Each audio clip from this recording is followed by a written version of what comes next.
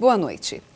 Segundo a agência Senado, ontem foi entregue o relatório do orçamento para 2013 e está previsto que, a partir de janeiro, o salário mínimo será de R$ 674,96.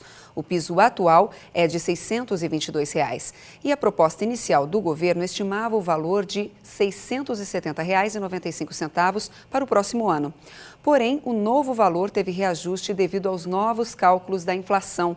O aumento do salário mínimo irá impactar o orçamento em mais de R$ 1 bilhão e a votação no plenário acontecerá na próxima quarta-feira. Para o senador Romero Jucá, do PMDB de Roraima, é muito importante aprovar a proposta orçamentária já nesta semana para retomar os investimentos públicos, o que permitirá o crescimento da economia e geração de empregos.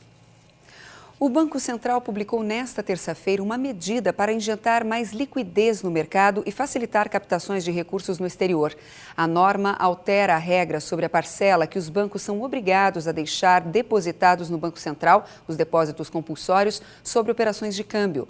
Para o mercado, no entanto, essa decisão também ajuda a segurar a cotação do dólar, que voltou ao patamar de R$ 2,10, tido como teto informal imposto pela autoridade monetária. Em contrapartida, os gastos dos brasileiros no exterior atingiram um novo recorde em novembro e no acumulado do ano.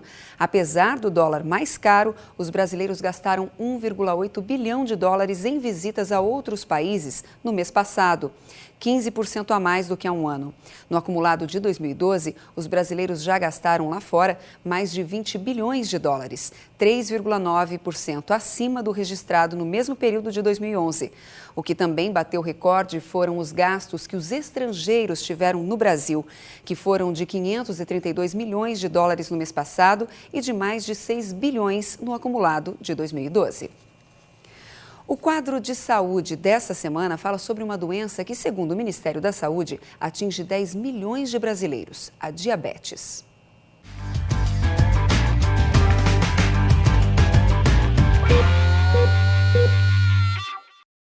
O quadro de saúde dessa semana vai falar sobre diabetes.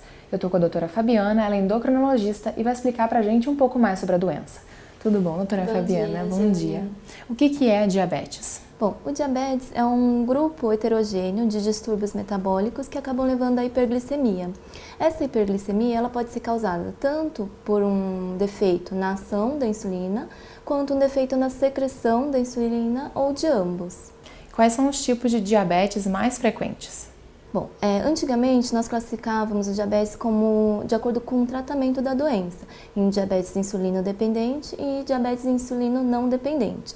Atualmente esse conceito acabou caindo por terra e hoje tanto a Sociedade Brasileira de Diabetes quanto a Sociedade Americana de Diabetes acaba preconizando uma classificação de acordo com a etiologia da doença. Então, nós temos basicamente 4 grupos.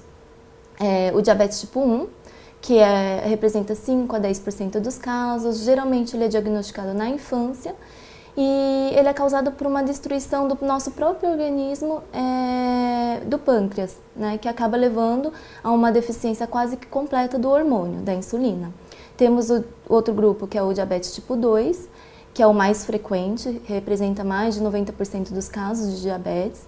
Ele geralmente é diagnosticado na fase adulta, mas também hoje, devido à epidemia de obesidade, ele também é diagnosticado em adolescentes.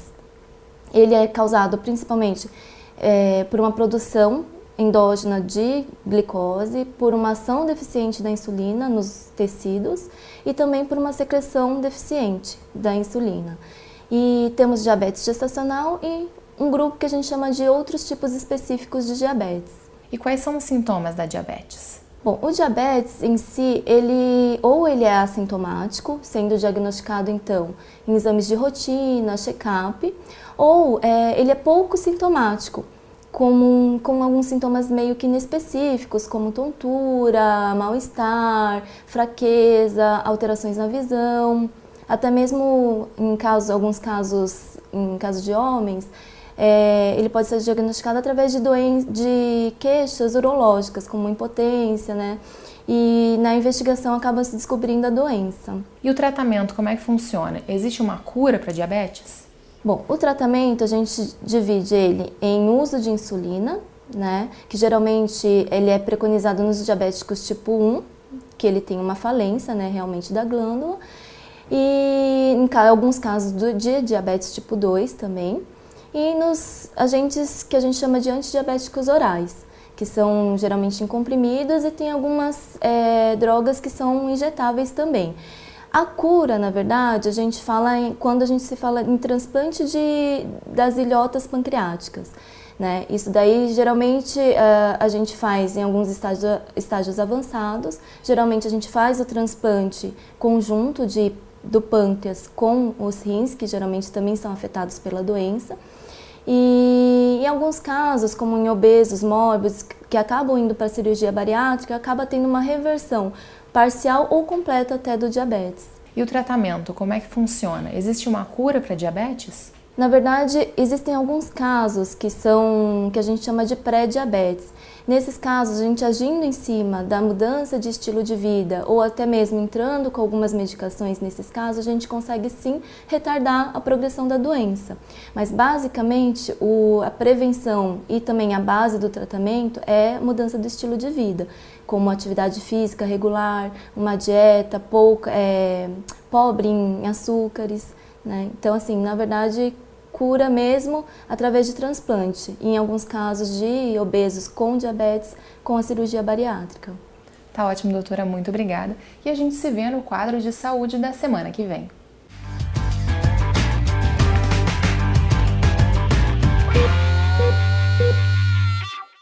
No próximo bloco, o presépio de Santana de Parnaíba. Até já!